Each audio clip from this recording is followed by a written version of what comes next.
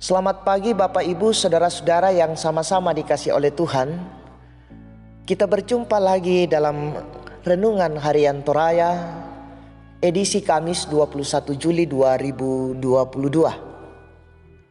Sebelum kita memulai kegiatan kita pada saat ini, mari kita bersekutu membaca dan merenungkan firman Tuhan.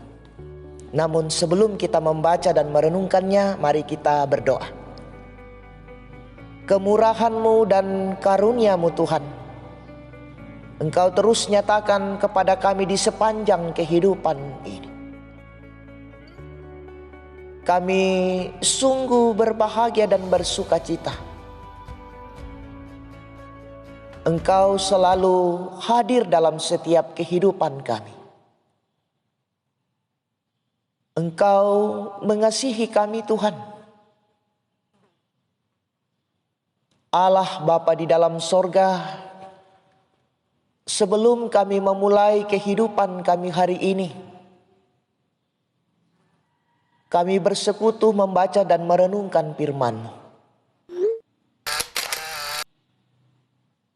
Biarlah kuasa Roh Kudus-Mu Tuhan menyertai kami dalam persekutuan kami pada saat ini, memberikan hikmat kepada kami sehingga kami mampu memahami firman-Mu dengan baik, karena firman-Mu adalah penuntun hidup bagi kami di tengah-tengah kehidupan ini.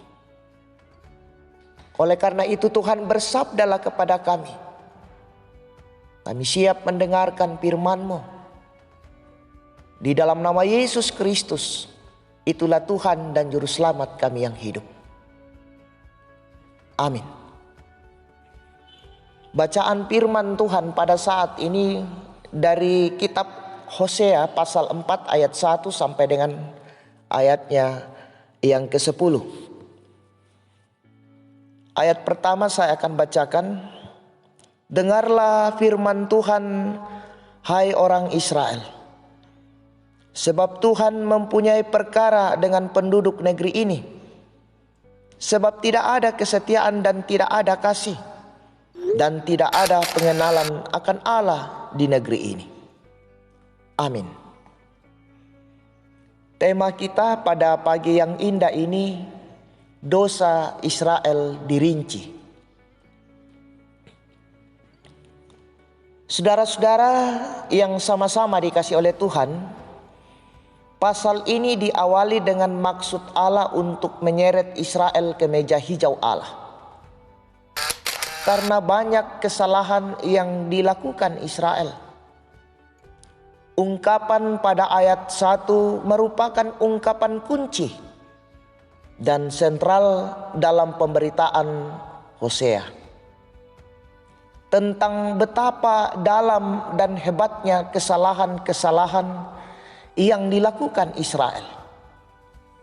Untuk semua yang Israel lakukan, Allah akan bertindak bukan sebagai suami, tetapi sebagai hakim. Melalui Hosea disampaikan bahwa Allah tidak hanya mengadukan orang Israel, tetapi juga para imam dan para nabi yang mestinya menuntun umat kepada kebenaran Allah. Saudara-saudara yang sama-sama dikasih oleh Tuhan, para imam dan para nabi ternyata tidak menjalankan tugas sesuai dengan panggilannya sebagai nabi ataupun imam. Mereka lebih mengutamakan materi ketimbang menyatakan kebenaran Allah. Bahkan Hosea melihat bahwa pejabat agamalah yang melopori sikap menolak pengenalan akan Allah. Kata menolak berasal dari kata Ibrani yada, yang berarti menolak persekutuan yang intim dengan Allah dan berselingkuh dengan ilah-ilah lain. Allah tidak tinggal diam melihat sikap penolakan umat terhadap dirinya. Allah tidak hanya menghakimi, tetapi juga menghukum. Bangsa Israel dan para pejabat agama akan mendapat hukuman yang sama dari Allah. Namun di balik penghukuman itu ada juga berita pengharapan. Saudara-saudara yang sama-sama dikasih oleh Tuhan, setiap orang Kristen adalah pemimpin rohani bagi lingkungannya. Maka peringatan dan tudingan dosa ini seharusnya menjadi tanda awas buat kita. Jangan sampai perilaku dan sikap kita yang tidak peduli kepada masyarakat sekeliling membuat mereka semakin berdosa. Ingat, Tuhan akan menuntut tanggung jawab dari setiap kita. Terpuji nama Tuhan. Amin. Mari kita berdoa. Kami mengucap syukur ya Tuhan atas waktu sejenak Engkau karuniakan kepada kami untuk bersekutu membaca dan merenungkan firman-Mu.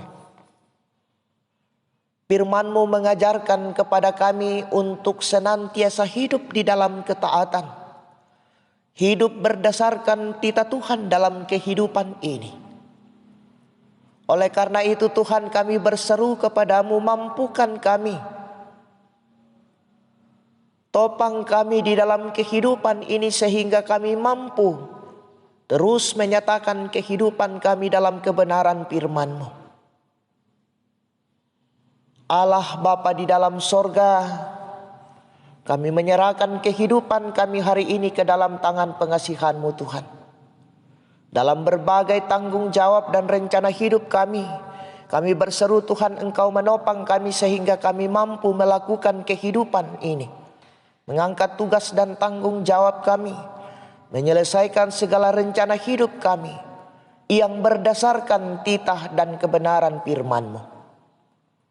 Allah Bapa di dalam sorga, nyatakan kuasa-Mu Tuhan di tengah-tengah kehidupan saudara-saudara kami yang bergumul di tengah-tengah hidup mereka. Begitu juga dengan pemerintah ya Tuhan dalam mengangkat tugas dan tanggung jawabnya. Engkau terus menopang mereka sehingga mereka dimampukan untuk mengangkat tanggung jawab ini. Dan kami pun menikmati sukacita dan kebahagiaan sebagai warga masyarakat. Allah Bapa di dalam sorga, seluruh hidup kami Tuhan, kami serahkan kepadamu. Ampunkan salah dan dosa kami. Dengarkan doa kami yang kami bawa di dalam anak-Mu Yesus Kristus. Itulah Tuhan dan Juru Selamat kami yang hidup. Amin. Selamat beraktivitas, Tuhan Yesus memberkati.